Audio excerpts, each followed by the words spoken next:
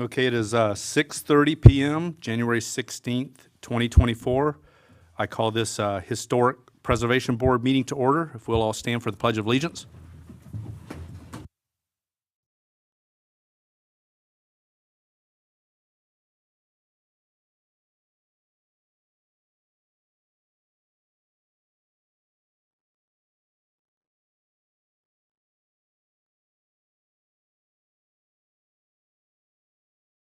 We can get a roll call.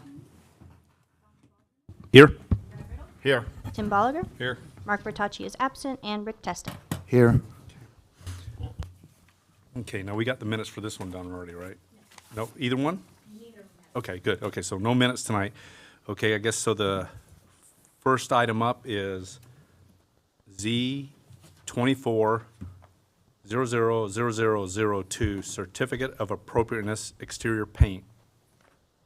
So this is exterior paint. It's off of Main Street. It's the old bike shop, but it has been sold. It's a new owner. I don't know what it'll be. So there are 3 colors in your packet that have been presented to us, and each of them goes on a specific part of the wall. I gave you a screenshot of the wall so that you would know. I believe currently this doesn't show what it currently is because there was a small mishap where the applicant did paint part of the building before getting this. So they had to paint back over it. I believe it's currently all white right now, or some sort of like cream color. So it doesn't have that colored trim anymore because it was painted over. But yeah, these are the colors that they are proposing. So, you know, this for the wall body, this for the trim, the wavy trim, this for the trim. So as long as you all are good with those colors, there are some pretty similar greens in the area, and these are pretty neutral as far as colors go, and staff has no issues with what has been proposed. Any questions? Is there anyone for the public here to speak on that? No? Okay. And you guys say everything looks good with what's Yeah, I local in mean, the area? they're fairly neutral colors. I mean, yeah, the wall body is going to be green, and I mean, normally we would see those darker colors as trim, but there's not an issue with the color itself. So Okay. I would say it's fine to have that there. You can see a little bit in the picture that the adjacent building does have a green that is similar. Okay. Anything up here? If not, I need a motion. I make a motion that we approve the certificate of appropriateness for the paint on Z 24-000002. Second. I have a first and a second. Any more discussion? Christie? Donald Alderman, Yes. Brad Riddle, Yes. Tim Bolliger, Yes. Rick Testa. Yes. Motion passes 4-0. Next item up is Z 24-000003, re-roof. So normally you all don't see too many re-roofs because they are usually administrative if they're not changing the material. So this is the original roof, and we are sad to see it go. According to the applicant, it is not feasible for it to be replaced with exactly the same material because it would be over $40,000 to replace it that way. This is a really cool old roof, but it is due to insurance issues. So they are going to cut off her insurance if she does not replace it. Even though there are no leaks in this roof, there have been no issues with it, but I mean, we can't, I don't feel it's right of us to hold someone to replacing it exactly with such a monetary value as that. So there are recommendations in here. So they gave us 4 options, and I put a little star next to the one that they wanted, which is the forest green. It's a metal roof, so it would still be green. It would be metal. It just wouldn't be the exact same type of metal. It wouldn't be the exact same look. But in that area, there are a lot of metal roofs that are exactly like this. It's just we are sad to see that original roof go. And if you have any questions, the applicant is here, but otherwise staff is recommending approval. We would like you to choose number 2, the one that I starred in the list, because she did give us options, so the forest green ultra rib panel. I know what she's going through because when they went to do my roof, even though there was no leaks, insurance companies drop you and you got to pay an exorbitant amount. So I can feel for that. Any questions up here? Any questions for the occupant? Not me, no. Then I need a motion. I'll make a motion to accept the certificate of appropriateness on the re-roof for number 2. I would number choose- 2? Yeah, number 2 is a I good hear. choice. And that's Z24000003. Okay, I need a second. Second. Any more discussion? Christie? Rick Testa, Yes. Donald Alderman, Yes. Brad Riddle, Yes. Tim Bolliger. Yes. Motion passes 4-0. Okay, that concludes the the Historic Board meeting at 18:35 hours, I guess. Well, I need a motion. Oh, to that's end. right. I need a motion to close the meeting. Make a motion, we close the meeting. I second it. All in favor, say aye. Aye. Any opposed? All right, now it's closed at, let's see, this time's the same, still the same, 6:35 PM. Okay, next thing up is call the January 16th, 2024 Planning Board meeting to order at 6:36 PM. Minutes will be read at the next meeting. The item up is new business is SIP 23-000005, Bridlewood Final Plat and Construction Documents. Who do you want to speak on that? Okay. I'm just going to make it short and sweet. This plat has 106 homes. The homes comply, we had to look over the development agreement, the plan development, our design and development regulations, and the base zoning to make sure everything complied. It was reviewed by our site plan committee, several rounds, which consist of our public works director, our building official, Christie and I. Alachua County is reviewing for fire now since Bruce is gone, and our city engineer. So there are several renditions. The bottom line is it does meet all city regulations now. There's nothing in there that doesn't comply with code. So as y'all are aware, if it complies with code, you have to basically have a reason, if you don't want to approve it, not to pass it along. You have to have a reason that is code related. And so since it complies with all regulations, we recommend approval. There are some things that we have identified that would be good to do in future phases. And Thomas is here. One is looping a water line up to our main line, but it's not needed now with just 106 homes. So we've identified things for future phases that we've already been in discussion with the developer's engineer about. And so, so as we move forward with those, they have been noted in the site plan review committee minutes so that we can keep track of it. And the lots are larger than what we thought they would bring in. We have several lots that are 9,000 square feet. So the other thing on the width is being measured from the building line, which was allowed in the development agreement. So I just want to straighten that out right here if anyone had questions on width sizes. But the developer's engineer, Chris Potts with Bridlewood, he's here, so I'll let him come up and kind of talk about it a little bit more in detail. Those suggestions that you have for like looping the water line and all that, you'll bring them and input them as they come along for us to approve or Yeah, disapprove. they'll be triggered by, as more homes are built. But for this phase, like, everything is gonna work just fine. So, and it complies with the conceptual plan that's in the development agreement and the plan development. Okay, any questions up here on that so far? Okay, go right ahead then. Well, we can just get right into your guys' questions if you want.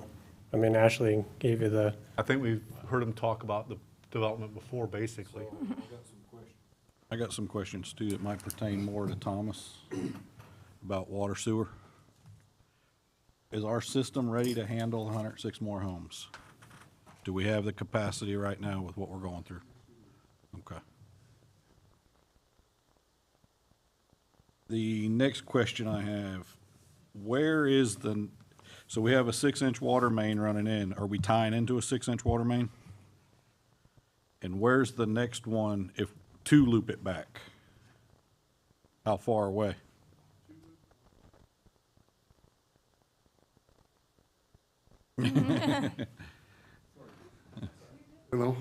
So looping it in, there's an 8-inch that runs on 174th. And of course, the 6-inch is going 45 south, and that's where we're gonna loop it all in, or have them loop it in. Just one of my concerns is not looping it in now if something happens at 6 and we have a fire and that 6 is out, there's no water back there. Well, that's what the fire chief, that's why we that's need to get doing the this stuff inspection for us, that's what he's doing right now. He's looking over all that. And we did flow charts for all of it. Okay.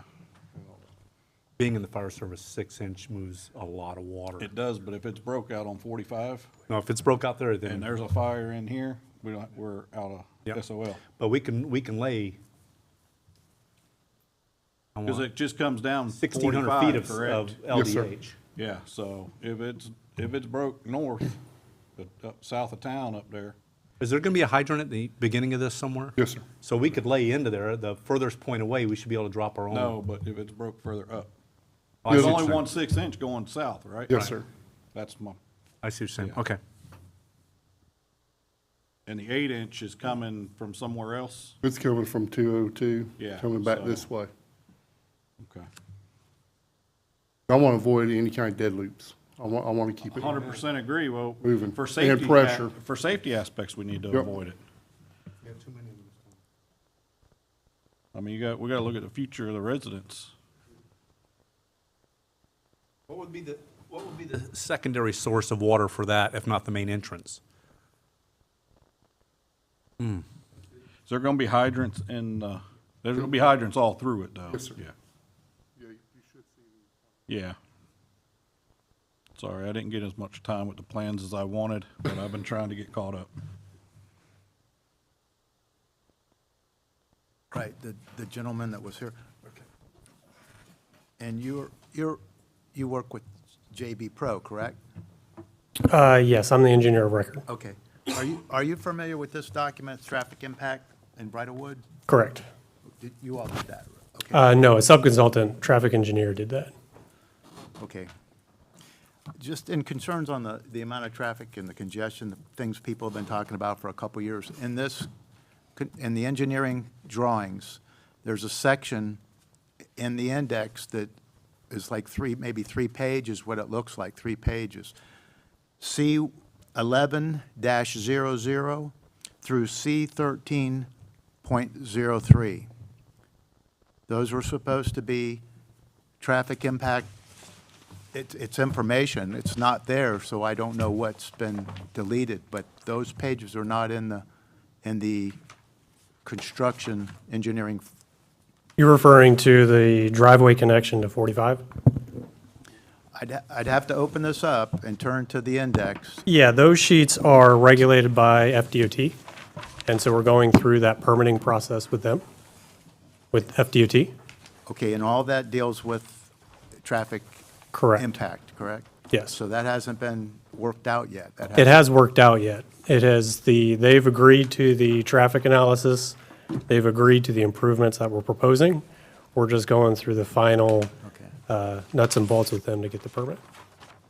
But as far as the people sitting up here, the board, what we've got right now that we anything that we can sort of look into what they're doing as far as traffic concerns, or in this document here? Is that That's correct. So that document identifies the traffic that would potentially be produced by the development.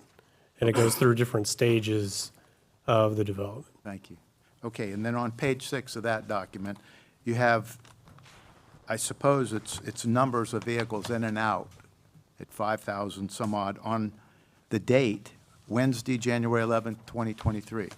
And that's the only date that I see in this document. So was all of this information gathered on one day in January, and then the document was created with the numbers that you had from that day, or is this Yeah, so what they do is they go out and they do traffic counts. And they set out a time that they come in and do traffic counts in the peak, and then the peak in the evening and the peak in the morning. yeah. And then they base their traffic report on that existing traffic with what could be produced by the development. On that one day, Wednesday, January 11th, 2023? Correct. Okay. That's all. That's the only questions I have. Go for it. Good, you got it. First of all, Mr. Walker,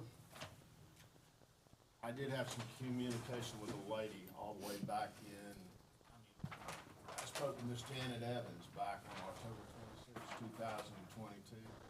I need to state that? I think as long as you relate what your communication was at that point in time and whether that would affect your ability to prove or disprove. It was just, she wanted to know how I gathered all this information, and she contacted quite a bit of it. We talked, but no, it has no. Then you're good. All right, Chris, so based on the conclusions and the recommendations under the traffic study, I just need you to explain something here, because I didn't understand it. So it said the proposed Bridlewood residential development, when fully constructed, is estimated to generate 11,716 daily trips, with 842 trips in the AM peak hour and 1,217 trips in the PM peak hour. If that's the case, how do you come up with 11,000? So the 11,000, so you have, there's different parameters to establish an AM peak, a PM peak, and then the average day. So the 11,000 is just the average day. So that's potentially the average that you'll see on a daily basis. The AM peak is between 6 a.m. and 8 a.m., and the PM peak is between 4 p.m. and 6 p.m. So when everybody's, going to work or people are coming home from work. So most of the traffic analysis that DOT looks at is the peak hours and to see what, that impact has on roadways. Okay. There's a DOT form you can go to, they input the morning, the afternoon, and then something else, and then it populates all those other numbers. Now, the one thing I'd like to add with that report as well is he took the worst-case scenario. So he has all the traffic coming out to State Road 45. He doesn't have any of the other connections modeled for distribution. So that was the worst-case scenario that DOT requested if the other roadway connections were closed off or didn't happen. But that traffic study will be redone as we continue to build out with the other entrances. Correct. Okay, all right. All right, that was the only question there. I've got questions and comments, and I'm glad Thomas is here tonight. Okay, that report See, was good. Thomas, why I asked you to come. I just get to sit here. I'm He need- joking. I would've told him to leave. He needs to be here tonight, that's for sure. All right, Gotta have some big shoulders. all right, I'm getting to the point. All right, for starters, Chris, I'm gonna be dealing strictly with the lift station. Okay. So with the lift station, one of the things, I've just recently taken tours of all the city's facilities, wastewater plant, the water plant, and all the lift stations. So that brings me, one of the things that Thomas and I discussed, I know this lift station is set up, which is pretty normal with float balls. Is there a possibility, in addition to the float balls, that they can put an ultrasonic meter in there, level meter? Is that a possibility as a backup redundant system? Yes, there's a chance we could look at that. Because most of the time, though, you're looking as well as the SCADA system as part of it, too. Okay. So now that you mentioned SCADA, even though they don't have it on the wells, lift stations yet, I didn't see on the drawings where y'all would possibly incorporate the data flow system.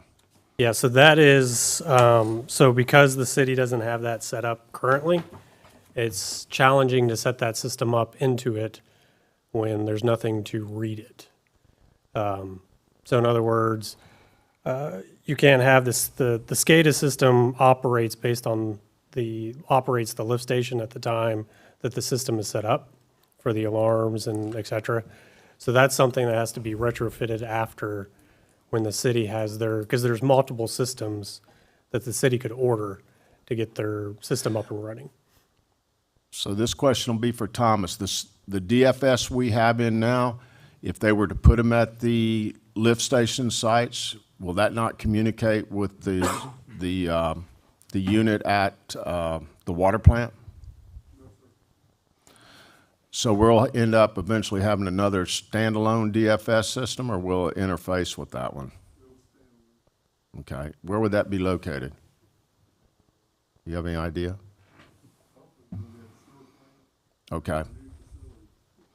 All right, so, and part of the reason I bring this up is you have a mag meter on the discharge side, correct? Correct. Okay. How will that data be read? Eventually through the DFS system? Eventually, yes, it depends. I mean, it depends on how the city wants to operate it. Right now, it would just be a traditional come out and read it. Come out and read it. You know, the mag meter, we weren't proposing meter on that originally, but the city requested the meter to be added. Okay. Who eventually will the contractor pay for the DFS system? Or is the city of High Springs going to have to foot that bill? It depends on when it comes online. Because I would love to see that put into the project, which also brings up why, okay, I know this is the first phase, but are they pouring a pad for the generator or just piping it? Why are we not going to have a generator installed when this lift station goes online? So that item is specifically up for us to discuss with the city staff Okay. at the time when we get the lift station up and running. Because there's multiple options for the generator. Okay. It could be a standalone that gets placed, or the city could request a mobile generator so that you can also use it at other stations if. Okay, well, oh, I'm sorry, I didn't mean No, to. go ahead. So right now, they have generators at all lift stations but one. They're just waiting on gas to power them all up, which is a good thing. So that's part of the reason for bringing this up. So eventually, we will get a generator there. That's correct. Is that, once again, is that a cost to the city? or No. what? Okay. I didn't see any information, so I know there are going to be two 35 horsepower flight pumps in there. I did not see in our packet any information on the control cabinet. Is there a reason The we didn't control get- panel for that is a shop drawing review process. Okay, So once the shop drawing is set up, that'll be sent to Tom and the city to review and give their comments to make sure it meets spec. okay.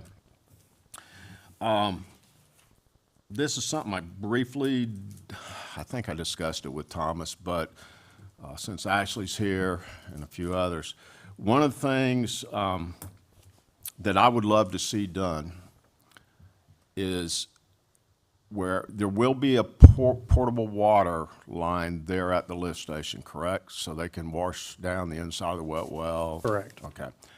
One of the things that I would personally love to see done, we did this in the city of Gainesville, and I'm just going to use the manufacturer that we use. There's many manufacturers out there, but I would love to see us put in a 0 to 100 PSI, like a Rosemont transmitter, that can eventually send that data back through DFS to the system. That helps when you fight fires. They have variable speed pumps there at the water plant now, which would allow them, if they need more pressure, that they can bring those pumps up to 100% speed to provide that pressure. Is that, anyway, my point is, it would be nice to have that, or a tap there at this time, you know, a half-inch tap on that water line, if that's something we could incorporate into the drawings. I don't know if that's something that staff would like to see, maybe be part of the project, or that they would have to buy that down the road.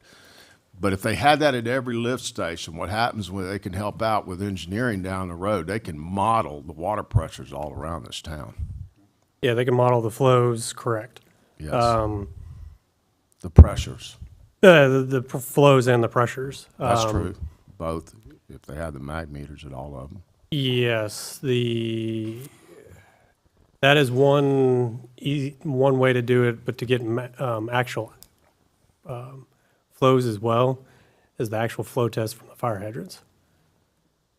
That's no fun. That gives you more accurate pressure readings than the meters. Because the meters don't pick up if valves are partially closed or not. Okay, yeah, I understand that. Okay.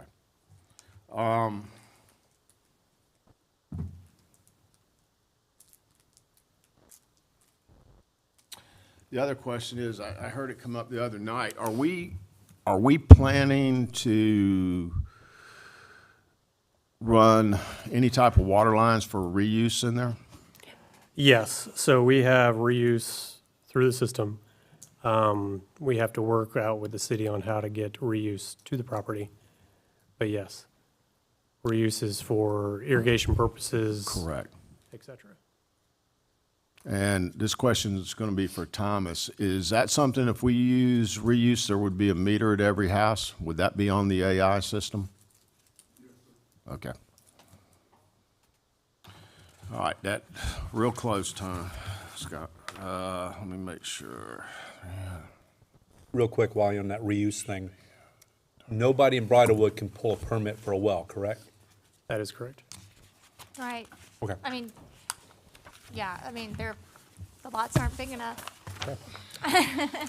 That was what I was concerned about. Thank you. Are you guys gonna be offering gas to each lot? Yes, we've talked with GRU. GRU is working on a plan to bring gas to the property and serve the residential. We don't have a time frame.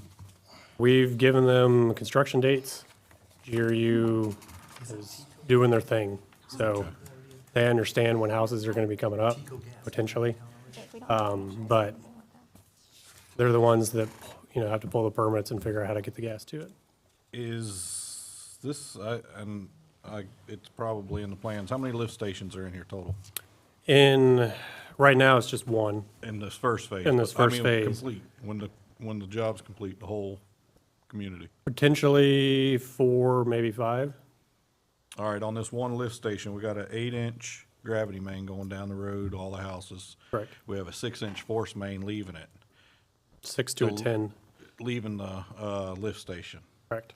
Is that adequate for future too? Yes, so the lift station is designed, this lift station will handle 4, possibly 5 phases, so approximately 500 to 600 homes. And all that's been accounted for. It has a 6-inch force main coming up and through the vertical. Then the main force main running out to 45 is actually a 10-inch. Okay. So it's been sized to handle everything appropriately. An 8-inch main itself, for gravity purposes,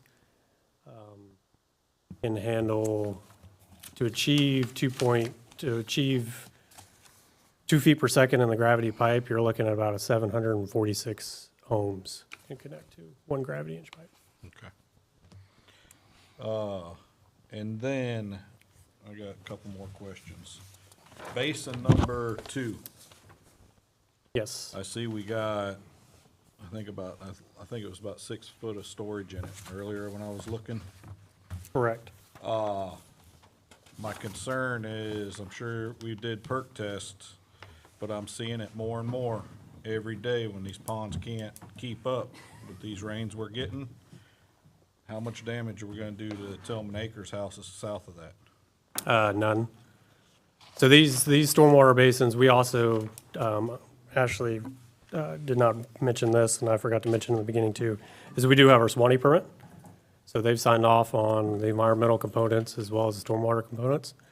With the stormwater design with Swanee, not only do they include, we probably include 3 different factors of safeties. We had percolations done, as you mentioned.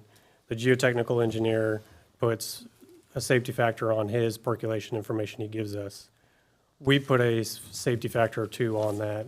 And then as well, we have a foot of freeboard that's required by Swanee from the top of the bank to the highest storm event. The material out there too is pretty sandy, Yeah. so, Oh, I agree with it being sandy. I just see, these rains we're getting now ain't the rains we used to get. And we're getting them a lot more, a lot heavier. And it's, killing all these ponds. yeah, these are designed to handle 18 inches of rain.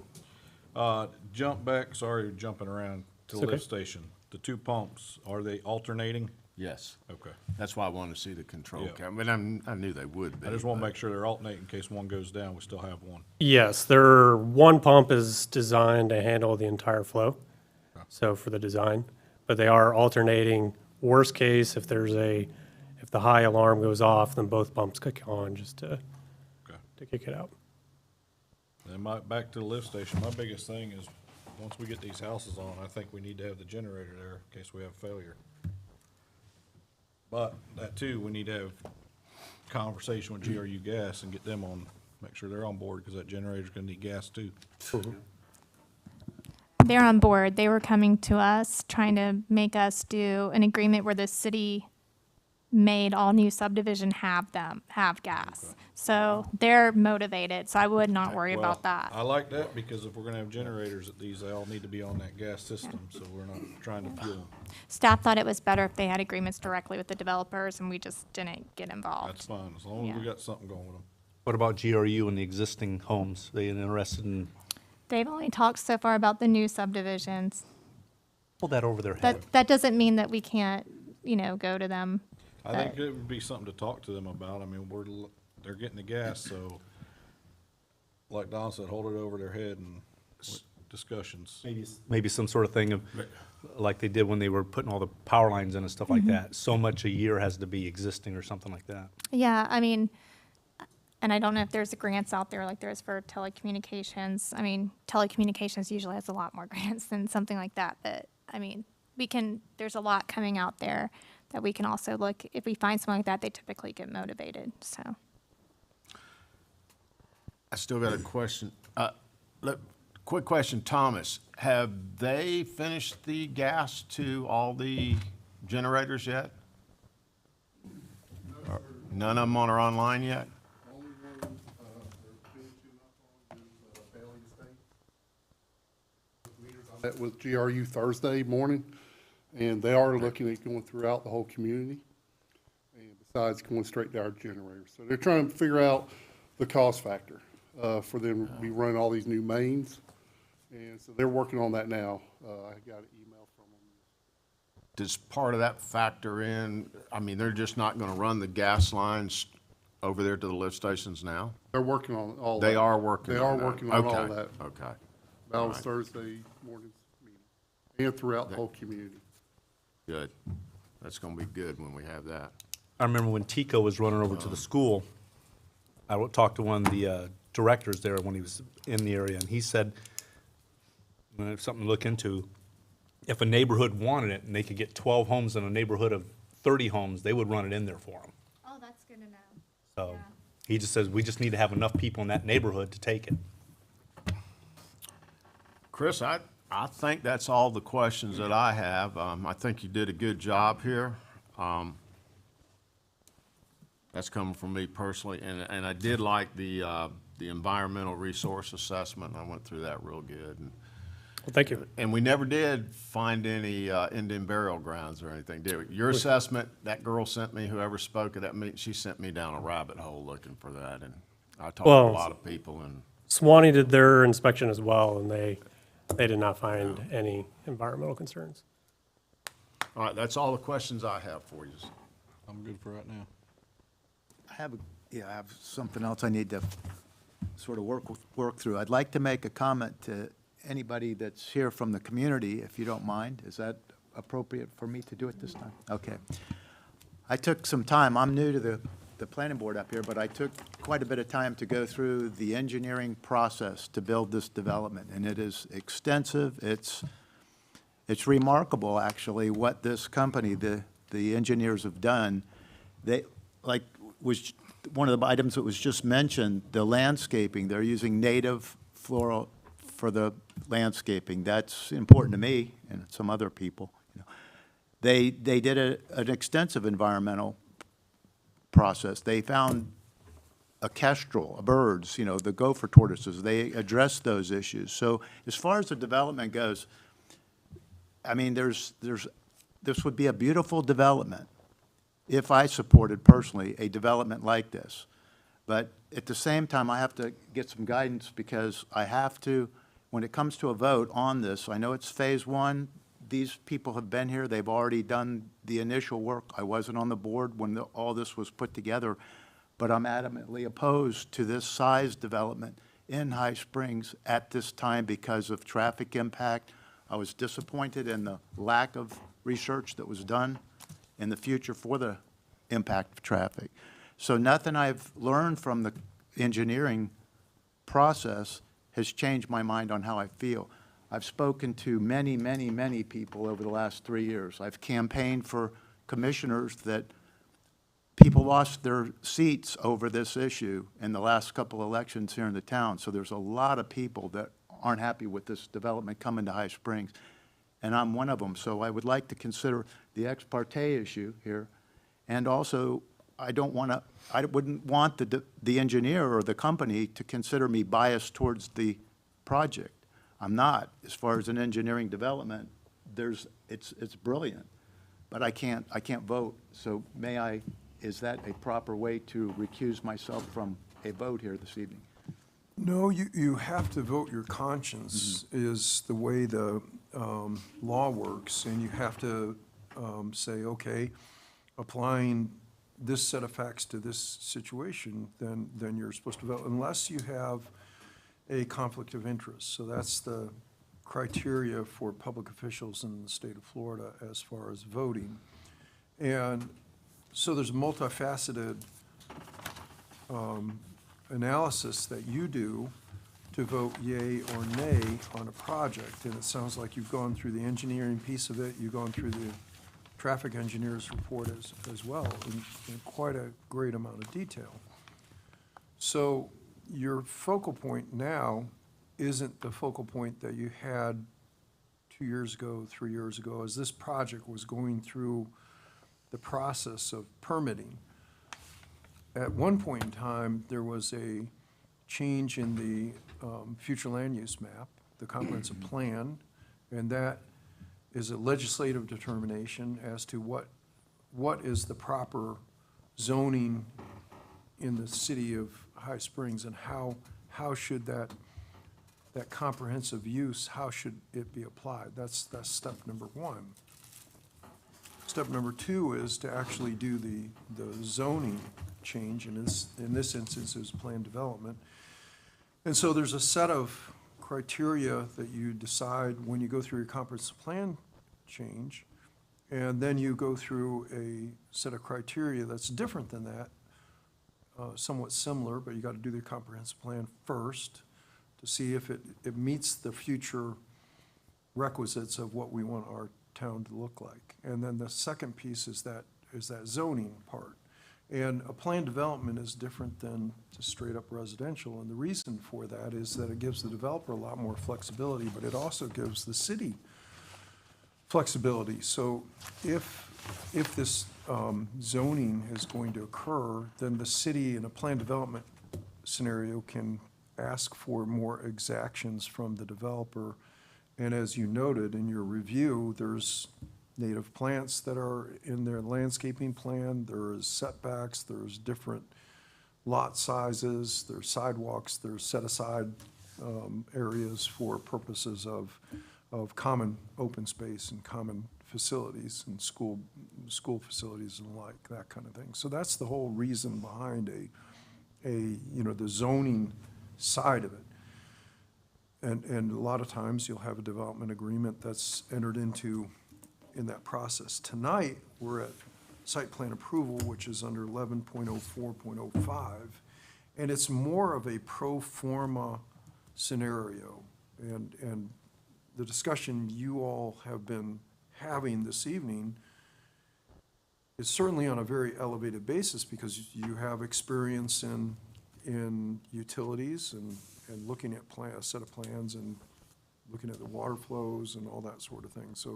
So right now, you look at the review of the proposed development and level of detail, which shows the specific arrangement of the buildings, improvements in relation to each other, site plan approval for any development, developments of regional impact, which this is not. And you go through each one of these items on a point-by-point basis. And as your manager said, you look at each one of these in relation to the code, and you kind of check off the box. Did they do each one of these? And it gets circulated, as she said, also to your department heads in the city, and they sign off on it and say, fire meets the requisites of the fire department, police, public works, on and on. So that's more the decision-making that you have this evening.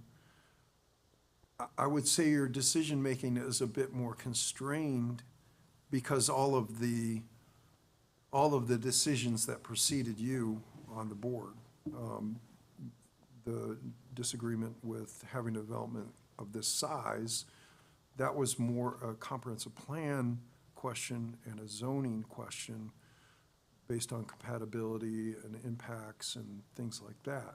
That was for back then. That now you're here at this point in time with these prior approvals having occurred and a development agreement already occurred, and you're applying these points that are related to site plan approval. If that, I hope I'm helping. Can I pipe in? Sure. So a lot of, so the decision on density and kind of whether you want this type of development, that was made, obviously, as you know, comprehensive plan and zoning. This is, doesn't meet our design development regs for water, sewer, streets, drainage, things that are required in plating. And that's why the site plan review, there's so much. So the site plan review committee goes through code and all those boxes that you're talking about, we check all those off. So if you deny it for any reason, you kind of need to have something related to code, related to plating to deny it. Right. Well, I understood coming in this evening that voting no wouldn't be an option, this evening, really, because everything, the boxes have all been checked. My problem is my concern for somebody's judgment of me. I'm biased on this whole subject, and I have been for 3 years. I'm not supporting it. Voting yes or no would be hypocritical of me, I feel. It's a legality that I'm not used to. I'm learning as I go along here, if everybody understands what I'm getting at. I'm a resident, I live here. This is not something that I would even like to vote on. I'm going to participate as long as I'm on this board in any other subject and vote and try not to be involved ex parte. I've had, like I said, I've had conversations with mayors and commissioners and firemen and citizens for 3 years over this subject, always adamantly against it being done initially back, years ago. I've watched the steps that have transpired over the years, step by step. They've gone through their process. The planning board and the committee, the commissioners voted for it, supported of it. I never did. And now I'm being asked tonight to vote for it one way or the other. And I just find it almost a moral conundrum.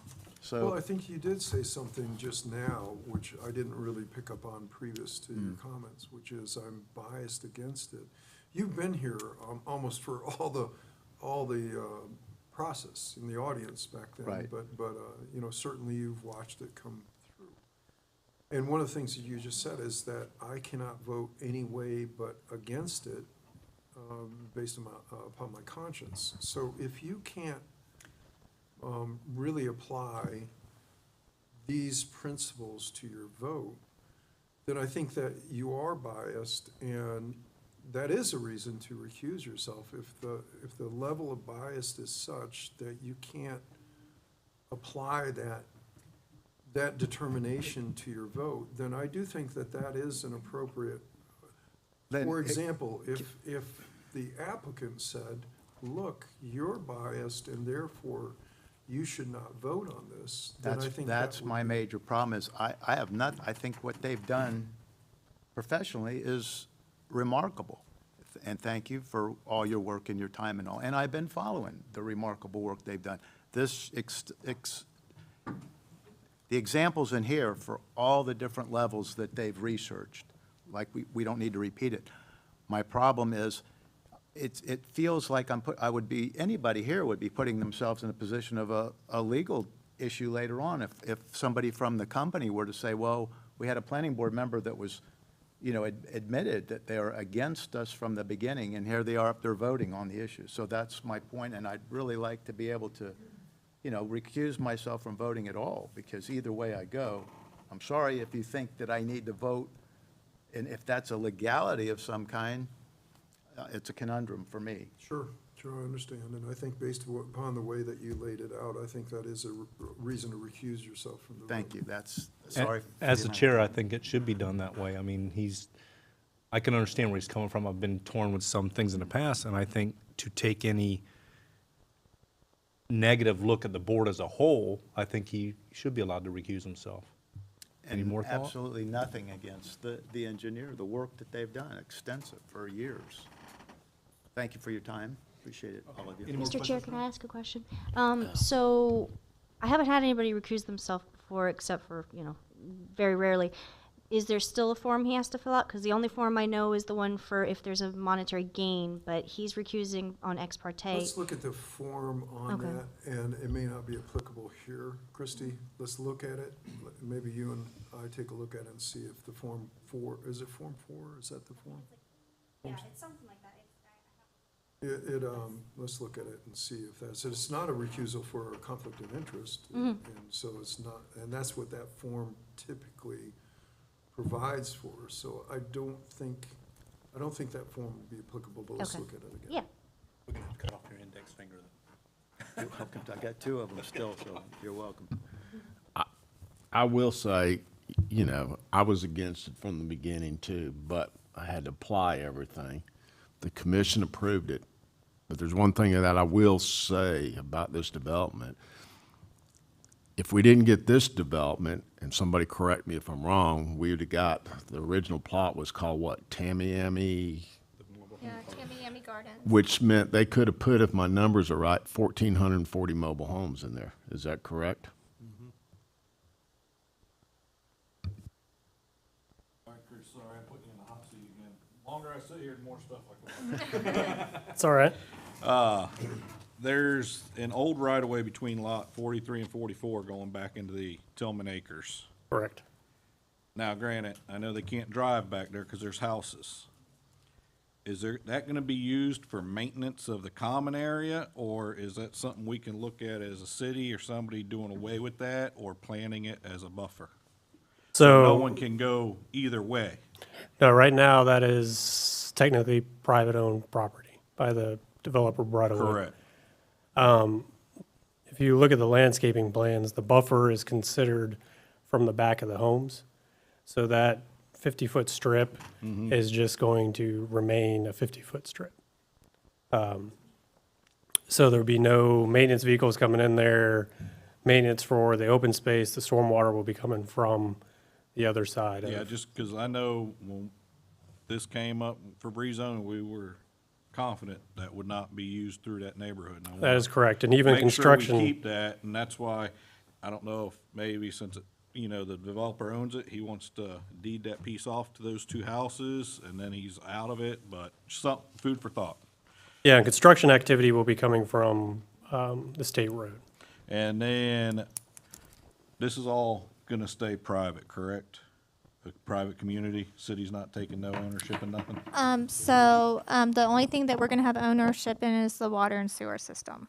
The roads and everything else are all private. Roads are private, drainage, stormwater's gonna be all Yeah, private? just water and sewer is all. I that just we're- wanted to make 'cause- sure that these pipe runs going from the road to the ponds, I know you have it cut out, so make sure residents don't put fences across them if there were easements or Yeah, it's in the- dedicated land.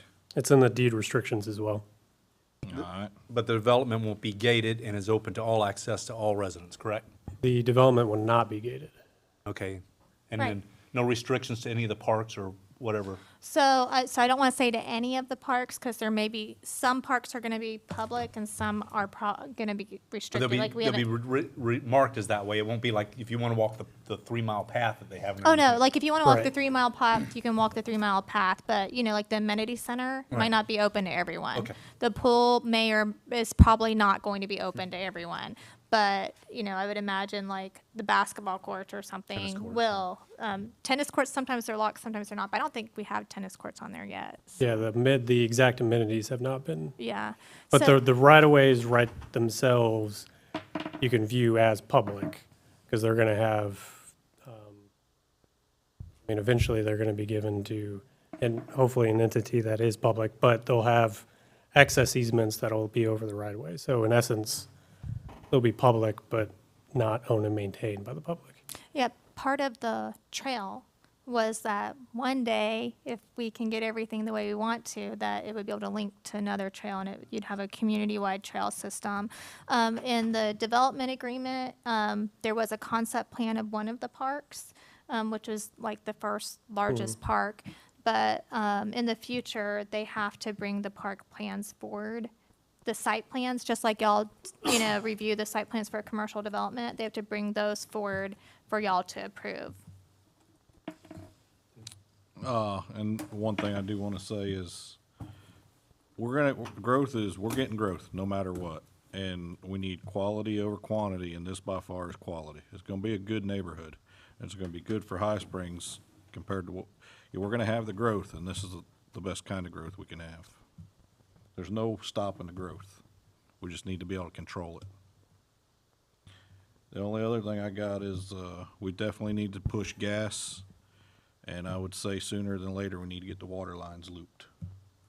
Yeah, I mean, I think that's gonna come soon. I think the impact fees from because it's off-site improvement, so the impact fees will help. Why would it be offsite? They should be able to connect on right So through we the have to site. go through, we have an easement, the city has an easement up, was it 174th? That part's off-site. Okay. Any more questions for him? Any questions from the public? Okay. Just state your name. Diane DeRocco. I live in Tillman Acres. And the subject that you just brought up about that strip of land going into Tillman, I live next to it. And we have a lot of flooding. I'm the only person in Tillman Acres, I think, that has flooding. And I have a picture that was just taken last week. And it flooded all the way up my driveway, almost to my garage door. And my problem is, it is cut off by the trees, but he just stated, Christian stated. Does that mean it's going to be drained?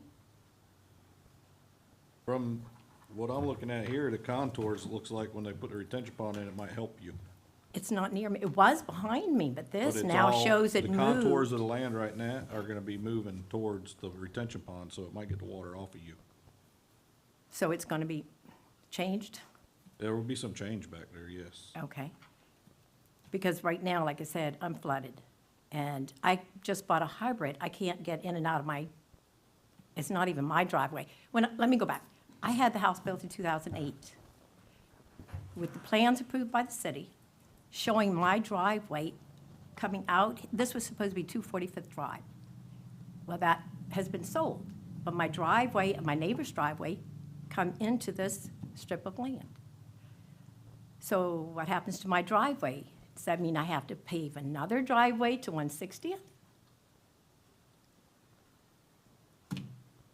My access is cut off. The other thing is, my other point, talking about drainage, Chris said 50 feet, this is 60 feet, I believe, isn't it? The width of this strip of land? 50 or 60, whatever. 50 or 60, it shows 60. So there are swales coming from 160th Avenue in Tillman that drain a lot of water. I want to know who, since that was sold, the swales were sold with the development. So who maintains those swales? So, And what about my access? What do I do now? well, we won't allow access to be cut off. So, we're gonna have to work that out with the developer. I don't want to come up with a solution on the spot. Okay. But, And we have brought this up to the city before. okay. So, yes, Yeah, so, we will work with the developer on that. I mean, we'll make sure that you have access. I mean, they own the property, so we have Yes. to figure it out. now I've maintained the grass for 15 years in that Okay. 60 feet across. I pay somebody to mow that. Right. So Okay. are they going to be mowing it? Am I going to be continuing to pay somebody to mow it? Since it's So- not mine. I Why is that? understand. So I mean, could we get together maybe and have, a meeting, if you could call the city manager's office or call Christie. Okay. So we can discuss it, and then, maybe I can have a joint meeting with the engineer as well, so we can try to come to some conclusion. And is there anything showing, I'm waiting now for Swanee to get back to me with the drawings and the elevations and that kind of stuff, so that I can see this, the area behind the strip that was once the drainage, the pond, the basin two, that's been moved over. So while it was there, I thought, okay, that takes care of the flooding, but now it's been moved. So I'm waiting to see the elevations of this drainage easement, this big square behind the strip. Okay, so if that's for green, not green space, open space and, or common area in a drainage easement, and then you said this is also, so This piece right here, does that this house and this house, Drain. enter off of this. by my house? It does. No, so that area in between is not a drainage. Back, it's The just way- a strip of land between the two houses. Yes. That 50, 60-foot strip is just a strip of land. There's no drainage easement, no access easement, no any sort of easement on it. The area that you're asking about, so the reason why the stormwater pond shifted Yes. is further to the west or the left is the low area. So that open area of grass is designed to now flow west from the cul-de-sac over to the pond, not flow south. So that whole area will be directed west to the stormwater pond, not flow towards Tillman Acres. Okay, and then the development will maintain the swales? For the strip of land, as Ashley mentioned, we'll have to have discussions about that because the landowner was interested in giving that piece of property away because it's a servicing no purpose. Okay. So can we talk when we talk to the city manager? Absolutely. Okay. Next week, but, is there any, or, I don't have time tomorrow, Thursday or next week, and I don't know what Chris's schedule is, but Christie will coordinate all our schedules.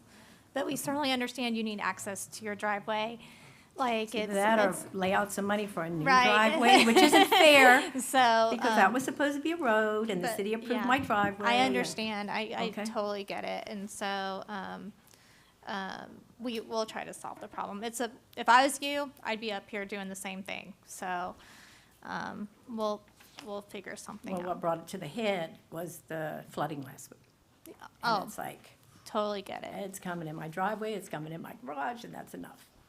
Okay? I Thank totally- you. Thank you. Thank you. Anybody else?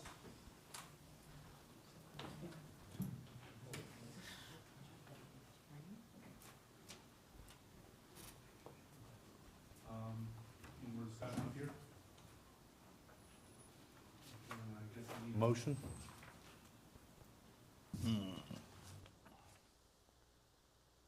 I make a motion, we approve SIP 23-000005. And I second that. Any more discussion? Christie?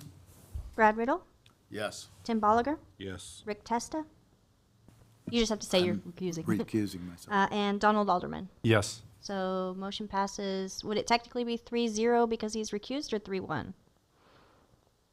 Scott?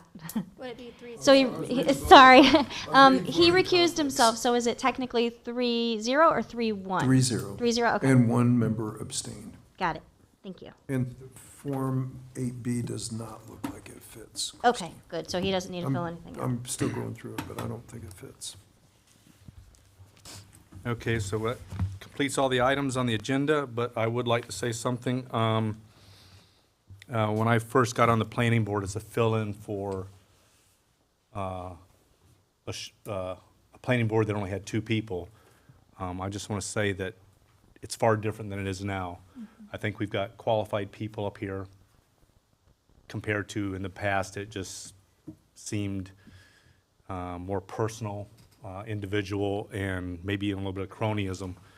But I think we've got a great board now, very diverse thoughts, very widespread abilities, and I think it's in a great place. And that's, I got some problems that I gotta deal with coming up.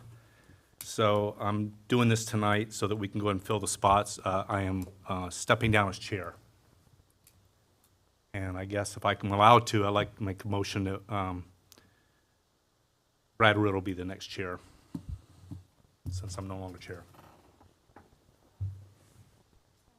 Scott, do we actually have to put it on an agenda, or can we allow him to Are you, step Donald, down? are you going to be here at the next meeting? Do you anticipate? No, at my next would be after voting, since our quorum is short, as I'm gonna be stepping down completely. You'll be stepping down completely, you said? Okay. I just didn't want to leave them in a lurch, having to take a whole meeting doing all this stuff, if we could do it tonight. Gotcha. Was it something I said? I just got here. So Donald, your anticipation is you're gonna submit a resignation letter.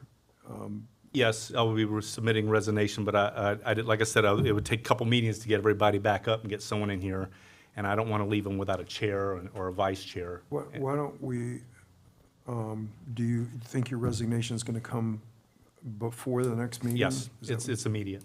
Okay. Then what I would suggest is go ahead and resign. The commission will appoint somebody to your seat, and then those members will collectively decide who's going to be their chair. Thank you then. Sure. All right. Sorry to see you go. No problem. I do hope in the future, if things work out for me, that, and there's a spot on the board, I'd like to maybe come back to it, so. I need a motion to close the meeting. I make a motion, we close the meeting. A second. I second. All in favor, say aye. Aye. Any opposed, same sign. Meeting is adjourned at